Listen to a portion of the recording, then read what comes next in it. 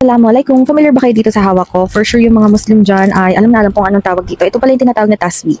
So marami ang nabigyan ko na to. Actually nakapagbigay yata ako ng 50 plus na tasbih.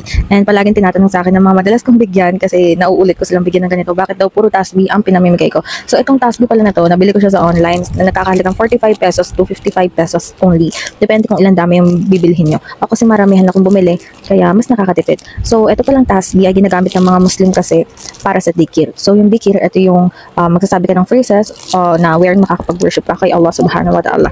Ang sasabihin mo lang ay subhanallah, which means glory to God in English, and yung mga iba pa katulad ng alhamdulillah, like all the phrases and thanks be to Allah. Ibig sabihin ulit-ulitin lang yun. Kaya meron ganito pa. Pero ito pwede rin naman sa kamay, sadyang gusto ko lang bigay ito sa iba. Like pwede ka mag-count sa kamay. Yun talaga yung the best.